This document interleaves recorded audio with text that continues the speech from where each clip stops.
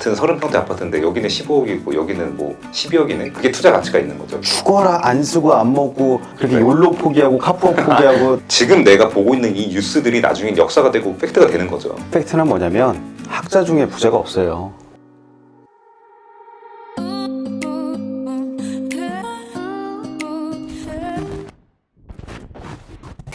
안녕하세요.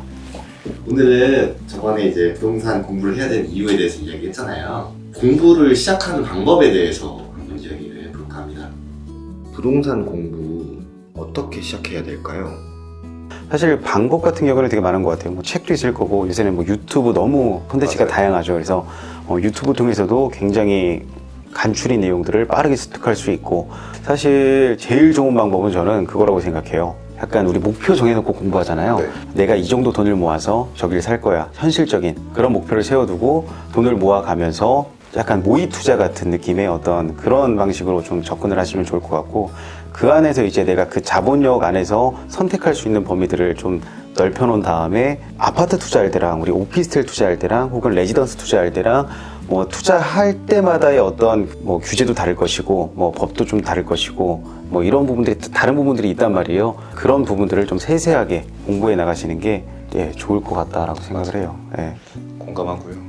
좀 세부적인 내용으로 얘기해드리자면, 일단 내가 잘 아는 동네 있잖아요. 시세를 한번 봐보는 거예요. 그 내가 살고 있는 집 주변의 아파트 단지들의 시세를 막 보다 보면 여기가 얼마였구나 여기가 얼마였구나 보고, 이렇게 보다 보면 막 의문이 생겨요. 예를 들면 같은 30평대 아파트인데 여기는 15억이고 여기는 뭐 12억이네? 그러면 그 이유에 대해서 한번 봐보는 거예요. 근데 보니까 여기는 신축이고 여기는 구축이라든지 이런 게 당연한 얘기지만, 이런 거에 대해서 이 정도 연도 차이면 이 정도 가격이 발생하는구나, 이런 게 이제 머릿속에 들어오는 거고, 그러면 나중에 이제 내가 잘 아는 동네니까 걸어가면서 이게 보여요. 저기는 얼마 정도 하겠네 얼마 정도 하겠네, 이게 보인단 말이에요. 근데 이렇게 만약에 이게 자기 동네 시세가 마스터되는 정도가 되면 다른 동네에 가도 그걸 파악하는 시간이 엄청나게 줄어들어요. 예를 들면 내가 그 어디에 내일 보러 갈 거예요. 투자 대상으로 한번 알아보려고 보러 가기 전에 전날 리서치를 막 하는 거예요. 어디 시세 보는 거예요.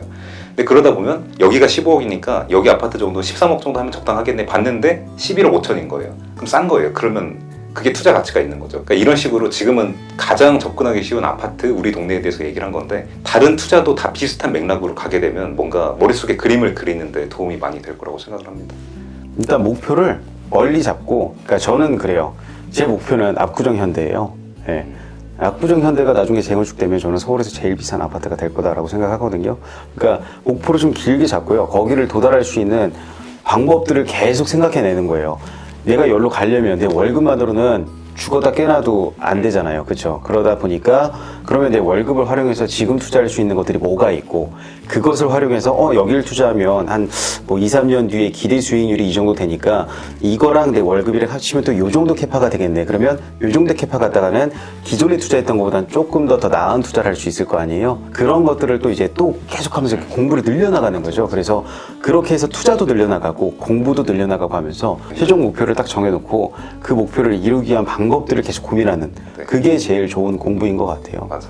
그리고 아예 내가 정말 아무것도 모른다, 그런 분들은 일단은 그냥 자본주의에 대해서 좀 공부하셨으면 좋겠고요. 화폐라는 거에 대해서 좀 공부했으면 좋겠고요. 저희가 얘기 나눴던 부동산 왜 투자해야 되는지 이런 고민들이 먼저 좀 진행이 된 다음에 확신이 있어야 사실 내가 1년 일해가지고 1년 죽어라 안 쓰고 안 먹고 그렇게 욜로 포기하고 카푸어 포기하고 나를 위한 뭐 소중한 선물, 소확행 이런 거 다 포기하고 내가 이 2천만 원 3천만 원 모은 걸 투자하는데 그렇죠. 확신이 없으면 안 되잖아요. 그 확신을 갖기 위한 어떤 그 사전의 공부가 좀 있어야 되는 것 같고, 그 확신이 들었다면 그 다음에 목표 설정, 그 다음에 그 목표를 이루기 위한 그 기간 동안의 어떤 투자, 그리고 예상되는 투자 수익률과 내 자본을 합친 그 다음 투자를 어떻게 넘어갈 것인지를, 왜냐하면 부동산은 시간에 투자하는 거기 때문에 충분한 시간이 있어요. 내가 이 목표를 이루고 나서 첫 투자를 하게 되면 그 다음 투자까지의 시간이 있잖아요. 그 다음 투자까지 공부할 시간이 많아서 그 끈을 계속 놓지 않고 가는 게 제일 중요한 것 같아요. 이 부동산을 통해서 돈 버는 법보다도 이제 막 공부를 시작하는 사람들한테 실질적인 얘기 하나만 더 얘기하자면은, 만약에 아무것도 모른다 이랬을 때 보통 유튜브 같은데 부동산 공부하는 법 쳐봐도 다 책 읽으라 그래요. 근데 그거를 모르는 사람이 없잖아요. 그 책은 많이 읽으면 당연히 좋은 거지. 그런 거 말고 우리가 직장인이나 이런 사람들이 짬짬이 할 수 있는 거는 그 뭐 네이버 부동산 같은 데 가면 그게 오늘 중요한 이슈들을 정리해서 올려줘요. 한 4-5개 올려줘요. 근데 그거를 읽으면 만약에 진짜 부동산에 대해서 처음 접하는 분이라 그러면 모르는 용어들이 엄청 많거든요.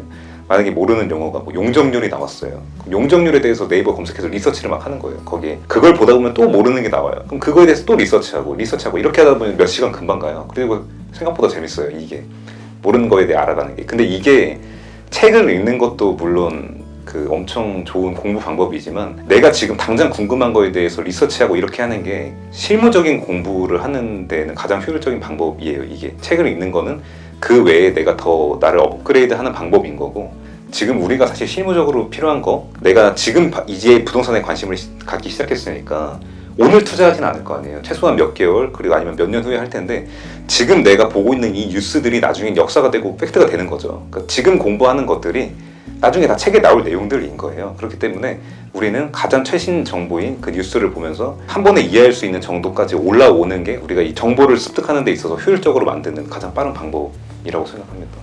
가장 팩트는 뭐냐면 학자 중에 부자가 없어요. 부동산 특히 더 심한 것 같아요. 자리에 앉아서 공부한다고 투자를 잘하는 게 절대 아니거든요. 일어나서 사람들 만나고 그 사람들의 어떤 간접 투자 경험이나 이런 것들을 같이 공유하고 그것들을 습득하고 이런 게 훨씬 더 실무에 중요한 공부라고 생각을 하고요. 앉아서 할 수 있는 공부는 부동산은 훨씬 더 제한적이다. 그리고 이론이 그렇게 중요하지 않다. 규제 뭐 이런 것들도 지금의 규제인 거지 시간 지나면 다 뭐 또 달라집니다. 그렇기 때문에 좀 돌아다니시고 기본 근간에 대해서 좀 많이 단단해지셨으면 좋겠습니다. 예. 다른 쪽에서 보면 분양, 경매, 매매 이런 여러 가지 이제 거래 방식에 대해서 공부를 해야 되는 경우도 있잖아요. 네. 그런 것도 조금 필요가 할까요? 처음 시작할 때? 다양한 분야를 직간접적으로 경험하는 거는 되게 좋은 것 같아요. 근데 경매나 뭐 이런 부분 같은 경우에는 좀 시간이 많이 소요되네. 그리고 좀 기본기가 탄탄하신 분들이 더 어떤 새로운 것들을 추구할 때 경매로 지금은 넘어가는 것 같아요. 단계별로 내가 접근하기 가장 쉬운 것부터 차근차근 접근하셨으면 좋겠고요. 분양 같은 경우도 많이 돌아다니시면은 그 지역에 대해서 굉장히 간추린 것들을 전달해 주거든요. 그래서 저는 그런 분양 현장 같은 경우에도 많이 다녀보면 좋다. 투자라는 게 아니고요. 많이 다녀보면 그 지역에 대해서 약간 요약 정리를 내가 모델하우스 같은데. 그렇죠. 간단하게 공부할 수 있는 약간 그런 역할을 해주고 있다라고 생각을 하고, 그 이외의 시장도 뭐 저는 경험해서 나쁠 건 없다. 대신 지주택이랑 그리고 그 기획부동산 그 두 부류만 빼고는 저는 나머지는 뭐 괜찮다고 봅니다. 한눈에 보이는 블루오션이 있다거나 그냥 경매만 하면 돈이 되는 이런 시장은 없는 거죠. 그러니까 어떤 분야든 간에 그거를 좀 집중적으로 파서 그 블루오션을 찾아내야 되는 상황입니다. 어떤 분야든 간에. 진짜 돈 버는 사람들은 그렇게 자기가 발로 뛰고 막 관심 있게 알아보고 막 하면서 그러다가 본인이 아무도 모르는 틈새 시장을 생각해내요. 그런 사람들이 사실 돈을 버는 거지, 그냥 일반적인 사람들이 그냥 누구한테 들어서 투자해서 돈을 많이 벌었다 이런 거 못 들었거든요. 내가 계속 관심 갖다 보면은 그 안에서 좀 틈새 시장을 내가 발견할 수 있을 것 같아요. 그게 진짜 돈 버는 방법이죠. 그러면 얼마나 공부하고 실전에 투자해야 될까요? 저는 부동산에 전문가가 없다고 생각해요. 공인중개사나 이런 사람들은 그냥 뭐 조금 더 많이 아는, 그리고 뭐 제도적으로 조금 더 이렇게 안내해 줄 수 있는 사람이지, 훨씬 더 비전문가가 투자를 그냥 내가 뭐 했는데 더 잘 될 수도 있는 거잖아요. 그러니까 어느 시점에 해야 된다라기보다는 일단은 하는 게 중요한 것 같아요. 정말 말도 안 되는 걸 하면 안 돼요. 그렇기 때문에 기본은 돼 있어야 되는데, 나 이거 투자할 건데 한 전문가 한 3명 정도 찾아가는 거예요. 이거 투자할 건데 너 생각은 어때? 이 생각은 어때? 이 생각은 어때? 물어보면 공통되는 장점들이 있을 거고 공통되는 단점들이 있을 거예요. 그러면 내가 생각해서 그러면 이런 단점들은 내가 커버할 수 있으면 투자해도 되겠다라고 생각이 들면 투자를 하는 거예요. 일단 해보면 그 안에서 내가 어떤 교훈을 얻고, 이런 부분은 내가 생각지 못했는데 이런 부분 때문에 내가 더 큰 수익이 생겼네. 뭐 여러 가지 이제 변수들이 항상 존재하고 기간에 따라서 또 그런 것들이 계속 변화하기 때문에, 일단은 저는 내가 어느 정도 투자할 수 있는 자본이 생겼고 그게 안전한 투자처라면 해보는 게, 등기를 쳐본 사람과 안 쳐본 사람의 차이가 엄청나다고 생각하거든요. 해보는 게 가장 중요한 것 같습니다. 결론만 얘기하면 지금 당장 시작할 수 있는 것들이 있어요. 진짜로 뭐 몇 억씩 필요한 것도 아니고 몇 천만 원 필요한 것도 아니고 진짜 작은 금액으로 할 수 있는 것들이 있어요. 리스크도 적게 할 수 있는. 그 대신 뭐 확률이 적다거나 아니면 뭐 수익이 적다거나 이런 식인 건데 충분히 가능하고 나중에 뭐 몇 년 뒤에 해야겠다 이런 거 말고 당장 작은 것부터 시작할 수 있기 때문에 당장 시작해라 이렇게 얘기하고 싶습니다. 네, 지금 할 수 있는 투자가 여러분이 뭐 소액이라면 진짜 말도 안 되는 입지, 말도 안 되는 지역 뭐 이런 데만 아니라면 한번 해보시면은 그냥 물가 상승률에 의해서 이 정도 상승률은 내가 그냥 가져갈 수 있는 거구나. 적금보다 훨씬 나았구나. 지금 0.5% 기준금리보다 더 안 좋은 게 얼마나 있을까요? 저는 그 생각이에요. 예. 그거보다 내가 이 수익을 창출하지 못해내는 게 얼마나 있을까. 그냥 부동산이 아니더라도 그냥 차라리 예금할 거면은 주식 사는 게 훨씬 낫고요. 예. 주식이 아니라면 내가 부동산 투자를 할 수 있으면 부동산이 제일 좋다라고 생각을 합니다. 안 없으시잖아요. 부동산이잖아요.